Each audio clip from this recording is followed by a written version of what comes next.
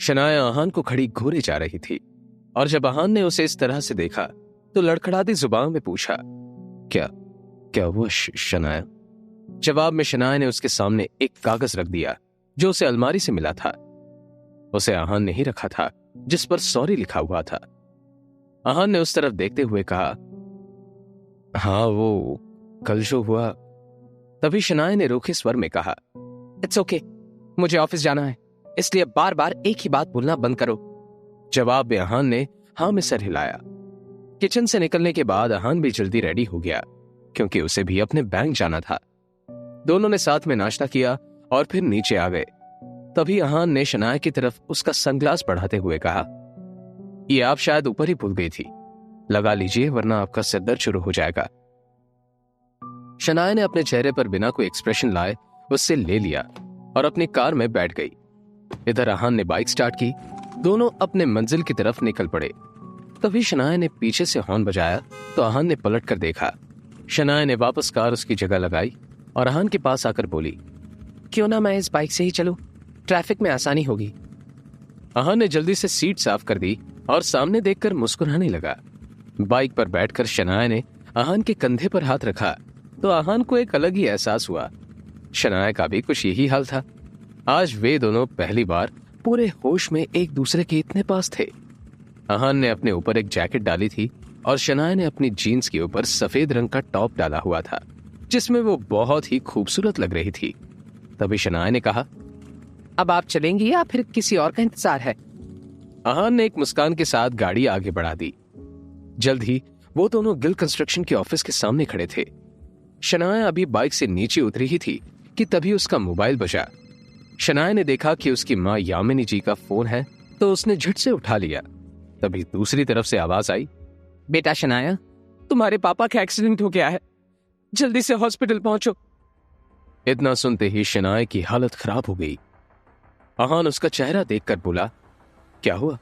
जवाब में शनाया ने फोन काटकर कहा, तुरंत सिटी हॉस्पिटल चलिए, पापा आज बाहर से वापस आ रहे थे तभी उनका एक्सीडेंट हो गया।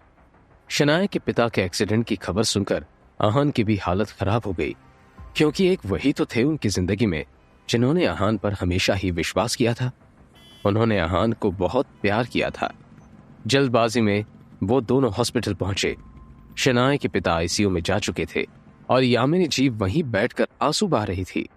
उन्होंने शनाया की तरफ देखकर रोते हुए कहा, बेटा शनाया, तुम्हारे पापा, उन्हें आईसीयू में रखा गया है। तभी शनाया ने उन्हें चुप कराते हुए कहा, शांत हो जाइए मम्मी, सब ठीक हो जाएगा, मैं पता करती हूँ। अब तक आहान डॉक्टर के पास पहुंचकर उनकी हालत पूछ रहा था। क्या बात है डॉक्टर, कैसी हालत है अब उनकी? इस पर डॉक्टर ने जवाब दिया, जब उन्हें लाया गया था तो उनकी हालत बहुत खराब थी, लेकिन अभी उनकी हालत स्थिर है। फिर भी हम उन्हें निगरानी में रख रहे हैं। फिलहाल तो उम्मीद है कि उनकी हालत में सुधार होगा, पर कुछ और होने की आशंका से हम इनकार भी नहीं कर सकते। इतना कहकर वो डॉक्टर वहां से चले गए। आहान, शनाया और यामिनी जी का पूरा दिन कश्मकश में बीत गया। शाम होने को आई थी और अब भी वे सब हॉस्पिटल में मौजूद थे। शनाया की हालत आहान से देखी नहीं जा रही थी। तभी कुछ सोचते हुए आहान ने शनाया के पास जाकर कहा, अब आप मां को घर लेकर निकल जाइए शनाया, मैं अंकल की देखभाल के लिए यहां हूं, जैसे भी होगा मैं आपको फोन करता रहूंगा। इस पर शनाया ने कहा, मैं यहां से पापा को छोड़कर कैसे जा सकती हूँ, उनकी हालत। तभी आहान बीच में ही शनाया की बात काटकर बोला, देखो शनाया, अंकल के लिए मेरा प्यार आपसे कम नहीं है। उनके मेरे ऊपर जो एहसान है मैं उसका बदला कभी नहीं चुका सकता। वो मेरे लिए भगवान के समान है।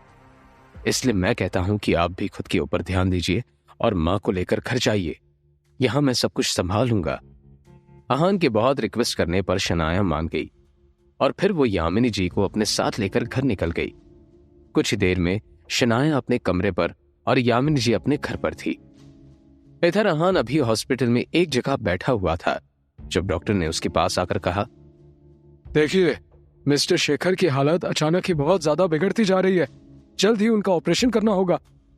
ये बात सुनकर आहान एकदम से हड़बड़ा गया और लड़खड़ाती ज़बान में पूछा, पर आपने तो कहा था कि उनकी हालत स्थिर है, फिर अचानक ऐसा क्या हो गया?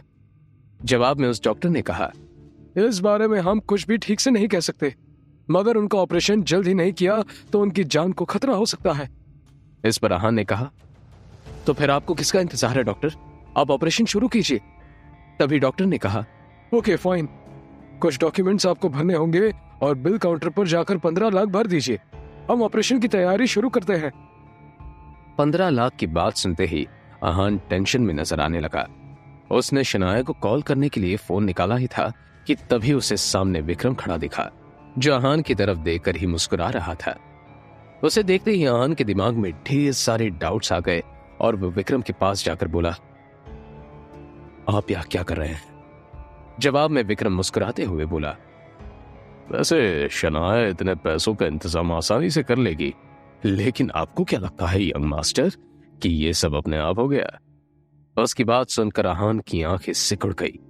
तभी विक्रम ने आके कहा, यह एक्सीडेंट तुम्हारे पिता के कहने पर ही कराया गया है। ये सुनकर आहान को झटका सा लगा। एक पल को उसे यकीन नहीं हुआ कि सामने खड़ा विक्रम सच बोल रहा है, और विक्रम के चेहरे से मुस्कान गायब नहीं हुई थी। अगले ही पल आहान का पूरा चेहरा गुस्से से लाल हो गया और उसने कहा, आपकी हिम्मत कैसे हुई ऐसा करने की? इस पर विक्रम ने कहा, आदित्य रायजादा की हिम्मत इतनी ज्यादा है कि अपने एक इशारे पर इंडिया का बाजार हिला सकते हैं।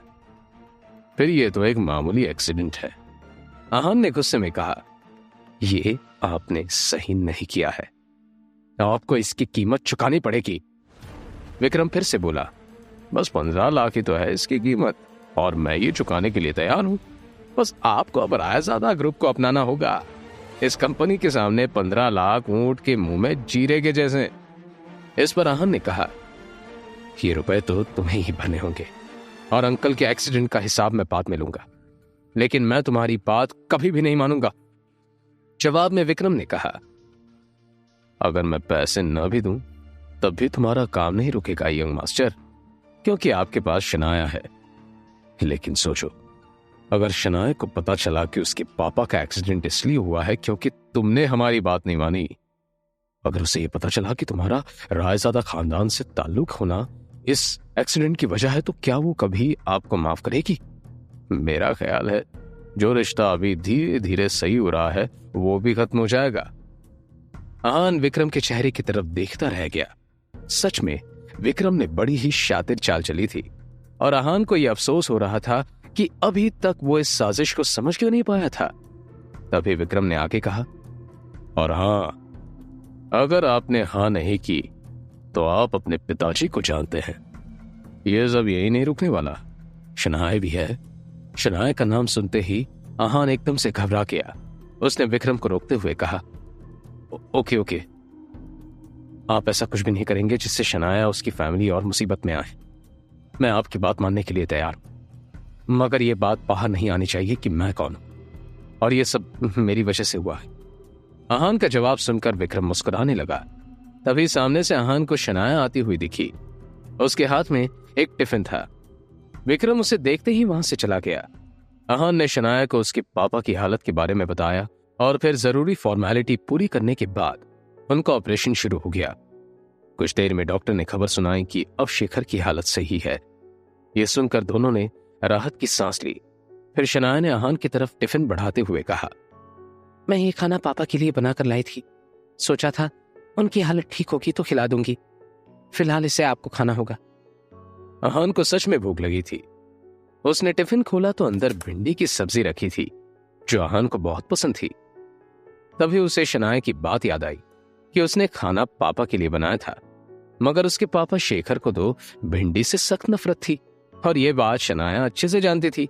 मतलब साफ था कि शनाया ने यह खाना आहान के लिए ही बनाया था, मगर इस बात को वो जताना नहीं चाहता था। यह सोचकर आहान के चेहरे पर एक मुस्कान आ गई। शेखर को आईसीयू से बाहर शिफ्ट कर दिया गया था और शनाया उन्हीं के पास थी। इधर आहान ने टिफिन खत्म ही किया था कि तभी उसके मोबाइल पर शगुन का कॉल आ गया। फोन उठाते ही दूसरी तरफ से आवाज आई, आहान जीजू प्लीज मुझे बचा लीजिए वरना मैं बर्बाद हो जाऊंगी। आहान ने पूछा, ये क्या नया नाटक है शगुन? इस पर शगुन ने रोते हुए कहा, जीजू देव मल्होत्रा के क्लब में कुछ लोग मेरे साथ जबरदस्ती कर रहे हैं। गौरव और शौर्य का भी नंबर नहीं लग रहा, इसलिए आपको कॉल किया। अब जल्दी। शगुन ने इतना कहा था कि तभी किसी ने उसके हाथ से मोबाइल छीन कर नीचे फेंक दिया। फोन पर आहान उसकी चीख और कुछ गुंडों की आवाज सुन पा रहा था। आज कहाँ बचकर जाओगी हमसे? बिना हमारी हसरत पूरी किए तुम नहीं जा सकती, कोई भी बचाने नहीं आएगा तुम्हें। तभी शगुन की एक चीख गूंजी और वे सभी गुंडे जोर जोर से हंसने लगे। शगुन के रोने की आवाज और गुंडों के हंसने की आवाज आहान के कानों में साफ पड़ रही थी। आहान दौड़ते हुए शनाया के पास पहुंचा और बोला, शनाया, मुझे कुछ जरूरी काम है, मैं बस कुछ देर में आता हूं। शनाया ने पलटकर कुछ कहना चाहा, मगर आहान वहां से जा चुका था। जैसे ही आहान देव मल्होत्रा के क्लब में पहुंचा तो वहां पर कोई भी नहीं था। पूरा क्लब खाली था। उसे किसी साजिश की बू आ रही थी। धड़कते दिल से आहान थोड़ा और अंदर बढ़ा कि तभी पीछे से किसी ने हाथ से रुमाल लेकर उसके नाक को तेजी से दबा दिया। आहान कुछ पल छूटने की कोशिश करता रहा और अंत में बेहोश होकर नीचे गिर पड़ा। तभी वहां दो चेहरे नजर आए। बेहोश पड़े आहान के सामने शगुन और शौर्य खड़े मुस्कुरा रहे थे। आखिर क्या होने वाला है आहान के साथ? क्या है शौर्य और शगुन की साजिश? जानने के लिए बने रहिए इस कहानी के साथ, सिर्फ और सिर्फ पॉकेट एफएम ऐप पर।